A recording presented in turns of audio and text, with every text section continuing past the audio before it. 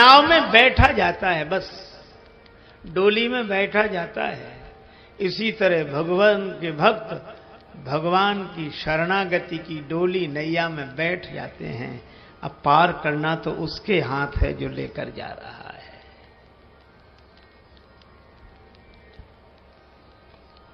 रथ में बैठे हुए लोग धर्मात्मा हैं। धर्म रथ का वर्णन है मानस में।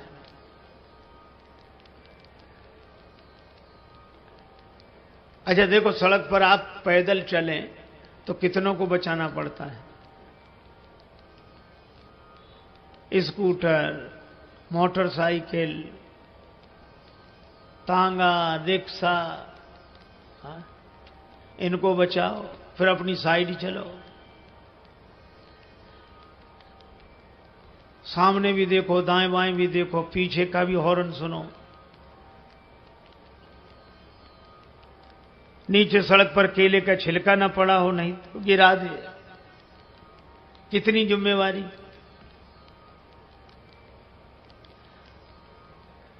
एक आदमी था, सिर झुकाकर चलता था, किसी से भी टक्कर हो जाए और टक्कर हो जाती तो सिर उठाकर कहता कि बड़े गधे हो। लोग हंसते थे कि खुद टक्कर मारता, हमें गधा बोलता है। एक दिन सिर झुकाए जा रहा था, गधे से ही टक्कर हो गई तो सिर उठाकर बोला बड़े, और जो देखा कि गधा है तो बोले अब आप तो आप ही हो, आपसे क्या कहना। अरे और तो और, कभी कभी ऊपर देखकर भी चलो। एक आदमी छत पे घूम रहा, पान खाए, नीचे से एक सज्जन निकल रहे थे, उसने बिना नीचे देख के पान की पीक चला दी, बेचारे के सिर पे गिरी। उसने हाथ जोड़कर कहा भाई साहब, नीचे देखकर नहीं थूक सकते थे? तो वो क्या बोले, तुम ऊपर देखकर क्यों नहीं चलते हो? अब बोलो। उसने मन में सोचा कि गनीमत है कि ऊपर देखकर नहीं चल रहे थे, नहीं सिर का स्थान मुंह ही होता। तो कितनी झंझट है, कितनी सावधानी है। लेकिन आप एक काम करो, पीछे बस आ रही है और बस में टिकट लेकर सीट पर बैठ जाओ, चाहे आगे बैठो, चाहे पीछे बैठो, चाहे दाएं बैठो, चाहे बाएं बैठो, चाहे सो, चाहे अखबार पढ़ो। अब आपकी कोई जिम्मेवारी नहीं। अब जिम्मेवारी तो उसकी है जो गाड़ी चला रहा है। इसी तरह भगवान की शरणागति रूपी बस में विश्वास का टिकट लेकर श्रद्धा की सीट पर बैठ जाओ, फिर आपकी कोई जिम्मेवारी नहीं। अब जिम्मेवारी तो उसकी है। एक बार दो बड़े संपन्न श्रीमंत सेठ बैठे थे, आपस में चर्चा हुई। एक बोला हमारा नौकर बड़ा मूर्ख है, दूसरा बोला हमारे नौकर से ज्यादा मूर्ख नहीं हो सकता। तो पहले वाला बोला नमूना देखोगे? उसने अरे इधर आओ, बुलाया, 10 रुपए दिए, जाओ बाजार से टेलीविजन ले आओ 10 रुपए में। और वो 10 रुपए लेके चला गया टेलीविजन लेने। उसने अपने मित्र का देखा, इसका ये 10 रुपए में टेलीविजन लेने जा रहा। दूसरा बोला कि अब हमें अपने नौकर का नमूना दिखाने का अवसर दो। हाँ, उसने अपने नौकर को बोला इधर आओ। हाँ कहिए साहब। तुम ऐसा करो, ऑफिस तो तुमने देखा है? हाँ देखा है। ऑफिस में चले जाओ। हाँ तो वहां जाकर ये देखो कि हम वहां हैं कि नहीं। और दूसरा भी चला गया। मालिक दोनों हंस रहे थे कि कैसे मूर्ख है, लेकिन ये मूर्ख की पहचान है जो अपने को मूर्ख समझे, जिससे अपनी मूर्खता ही समझ में ना आए। वो दोनों मिल गए वहां। नौकर मिले तो कहने लगे हमारा मालिक बड़ा मूर्ख है। क्यों? कह रहा था 10 रुपए में टेलीविजन ले आओ। टेलीविजन तो हम 4 ले जाते, पर उसे ये तो सोचना चाहिए था आज इतवार है, बाजार बंद है। बोलो। और दूसरा क्या कहता है कि हमारा मालिक और ना समझ हमसे कहता तो ऑफिस में जाके देखो कि हम वहां हैं कि नहीं। हमको भेजने की क्या जरूरत थी, फोन नहीं कर सकता था?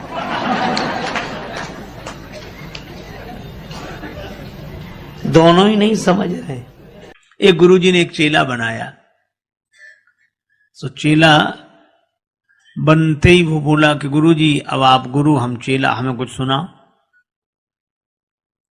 पहले शिष्य लोग कहते महाराज कुछ समझा दो, आप समझ सुनाओ। तो गुरुजी ने कहा कि बेटा राम राम किया करो। अरे कहा ये साधारण सब लोग लेते, इसमें क्या है? गुरुजी भी समझ गए एक चेला नहीं गुरु ही मिला है। तो गुरुजी ने कहा बेटा रामायण, रामचरितमानस, रामायण और सब। बोले ये भी साधारण चीज, सब लोग गाते हैं, रामायण में क्या है, ऊंचा सुनाओ, ऊंची बात। गुरुजी ने कहा फिर गीता, हाँ ये कुछ चलेगी। तो गुरुजी बोले महात्मा आज सुनाते हैं, गीता कल सुनाएंगे, महात्मा ही सुनाओ। तो गुरुजी ने वही श्लोक, सर्वोपनिषदो गावो दुग्धा गोपाल नंदना, और 12 सभी उपनिषद जो हैं सो गाय हैं, दोहने वाले भगवान श्री कृष्ण हैं, और यह गीता ज्ञान ही दुग्ध है, पान करने वाला बछड़ा अर्जुन है। और चेला कहे वाह महाराज, आ महाराज क्या बात, क्या बात, वाह वाह वाह। सो गुरुजी 1 घंटे की जगह 1.5 घंटे बोलते रहे। बाद में गुरुजी ने कहा कि बेटा कुछ समझ में ना आया हो तो पूछ लो। बोला हमें समझना है, आप कम समझाते हो, हम ज्यादा समझते हैं। गुरुजी ने मन ही मन कहा कि हम ही नहीं समझ पाए पहले तुम्हें, लेकिन फिर भी कहा कि हम गुरुजी हैं तो कुछ तो पूछ लो, गुरु होने की कुछ।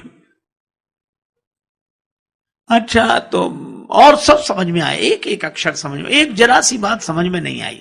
गुरुजी बोले वो क्या? बोले आप बार बार कहते थे दुग्धा गोपाल नंदना, तो ये 2 गधा कौन थे? बोलो। सो गुरुजी ने माथा पीटा। चेला बोला बताया नहीं 2 गधा कौन थे? गुरुजी बोले एक हम और दूसरे तुम। जिन विचारों के पास संपत्ति नहीं होती वे सोचते हैं कि संपत्ति होए तो हम सुखी हो जाएं।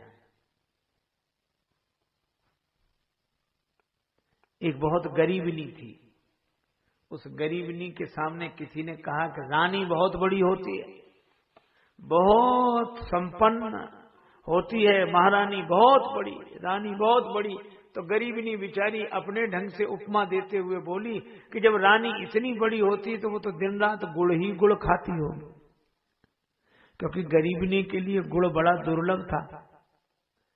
तो हमें जो चीज दुर्लभ होती है उसी को हम महत्व देते हैं, संपत्ति नहीं। संपत्ति हो जाए तो सुखी हो जाए, सब दिमाग काम करने लगे, सब तरह से ठीक हो जाए, संपत्ति बात सही है। लेकिन संपत्ति का अगर सुख से संबंध होता, शांति से संबंध होता, तो महाराज मन सुखी हो गए होते।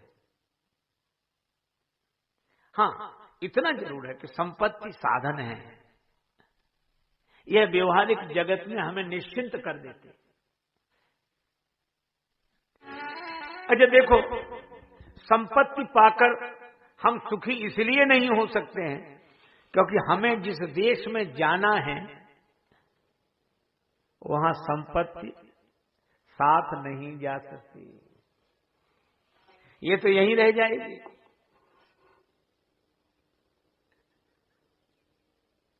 तो हम सुखी कैसे होंगे?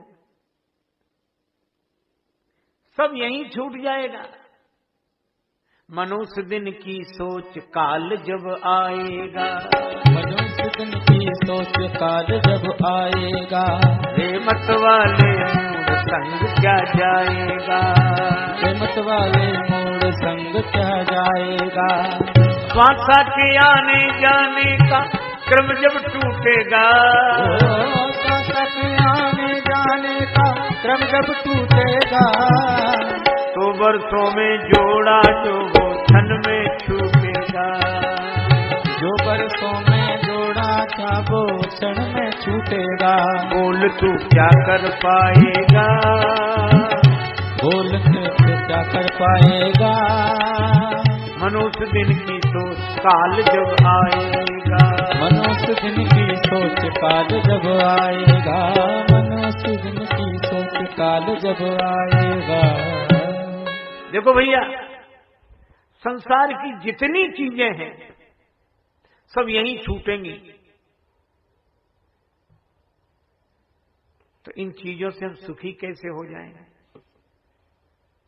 धर्मानुगो गच्छति जीव एकः, और धर्म क्या है? श्री तुलसीदास जी महाराज विनय पत्रिका में कहते हैं, राम को सुमिरिबो सब विधिहु को राज रे, और राम को विसारिबो निषेध।